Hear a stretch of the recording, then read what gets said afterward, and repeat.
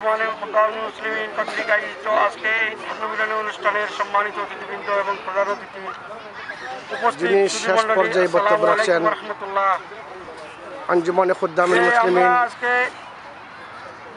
Sharjah শাখার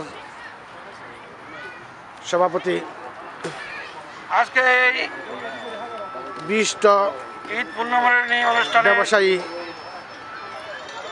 সম্মানিত আহ্বায়ক জনাব আলহাজ যিনি দীর্ঘ বছর পর্যন্ত সংযুক্ত আরব আমিরাতের মধ্যে আঞ্জুমানে খুদ্দামুল মুসলিমিনের ঈদ পূর্ণিমানী অনুষ্ঠান আজকে সম্পন্ন হতে যাচ্ছে, কাজ চলে যাচ্ছেন এবং আমি আল্লাহর কাছে লাখ কোটি শুকরিয়া আদায় করছি যাহাতে আমাদের আঞ্জুমানে খুদ্দামুল মুসলিমিন অদূর ভবিষ্যতে এরকম একটা সুন্দর অনুষ্ঠান আপনাদেরকে উপহার দিতে পারেন।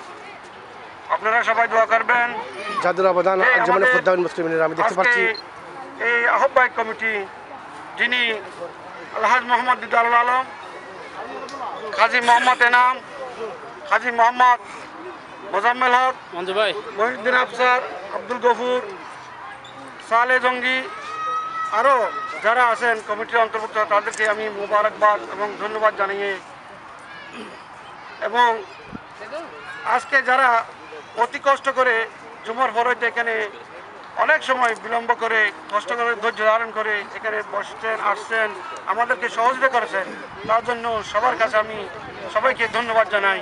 এবং অদূর ভবিষ্যতে আমাদের বিভিন্ন প্রোগ্রামে আপনারা সহযোগিতা করবেন এবং আমাদেরকে এই সাহায্য সহযোগিতা করে আপনারা সহযোগিতা করবেন। এবং বিশেষ করে আঞ্জুমানে খুদ্দামুল মুসলিমিন ইউএই কেন্দ্রীয় পরিষদের সম্মানিত প্রেসিডেন্ট সদস্য জনাব জসিমউদ্দিন বিক্রম সাহেব, উনিও অতি পরিশ্রম করে আমাদেরকে ধন্য করেছেন, ওনাকে আমি মোবারকবাদ ধন্যবাদ জানাই।